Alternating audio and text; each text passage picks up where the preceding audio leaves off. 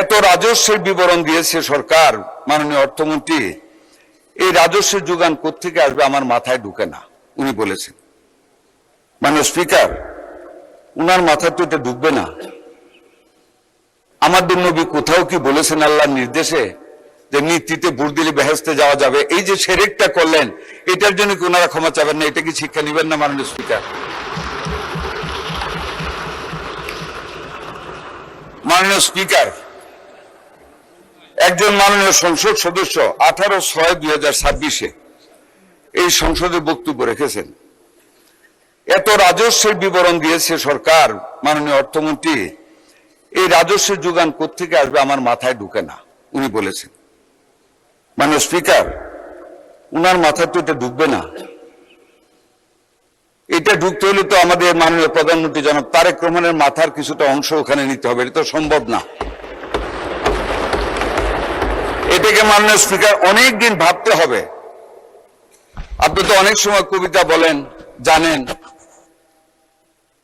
কবিগুরু রবীন্দ্রনাথ ঠাকুর একটা গল্প লিখেছিলেন বর্ষা। তার দুইটা শেষ লাইন ছিল, এমন দিনে তারে বলা যায় এমন ঘন ঘোর বরিশায়। কিন্তু বর্ষার রূপটা কিন্তু উনি বর্ণনা করে যেতে পারেননি।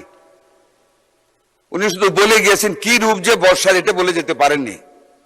আমাদের মাননীয় প্রধানমন্ত্রী জনাব তারেক রহমান প্রবাসী জীবন ছেড়ে ঢাকায় পা দিয়ে 300 ফুটে একটা কথা বলেছিলেন, I have a plan for the country and I have a plan for the nation. এটাই হলো এই বাজেটের রাজস্ব। এই যে পুরো বাজেটটার মধ্যে মাননীয় স্পিকার উনি কিভাবে বুঝবেন? ওনাকে অনেকদিন অ্যানালাইসিস করতে হবে কি প্ল্যান তারেক রহমানের ভিতরে। আমি শুধু একটি কথা বলবো এই প্রসঙ্গে, এই budget is not a quantitative budget only. আমরা ইকোনমিক্সে আমরা বাজেট পড়েছি, কোয়ান্টিটি চেয়ে আমরা বেশি পড়েছি কোয়ালিটেটিভ স্টাডি। এই বাজেটটার দিকে মাননীয় স্পিকার তাকান।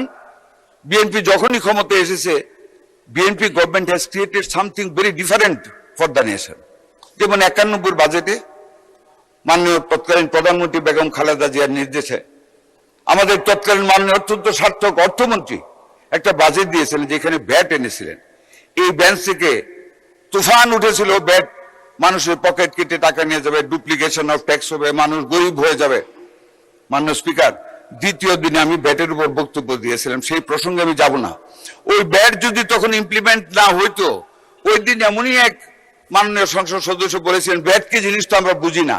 বুঝার কথা নয়, ওটা বেগম খালেদা জিয়াই বুঝতেন আর সাইফুর রহমানই বুঝতেন। ঠিক আজকে ওই রেভিনিউ বাজেটের কথা আমাদের প্রধানমন্ত্রী তারেক রহমানই শুধু বুঝেন।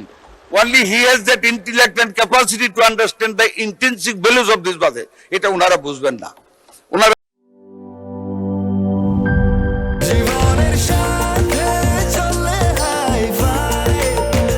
স্বাস্থ্যকর অল টাইম ফ্যামিলি কেক, সব সময় অল টাইম হেলদি লাইফ।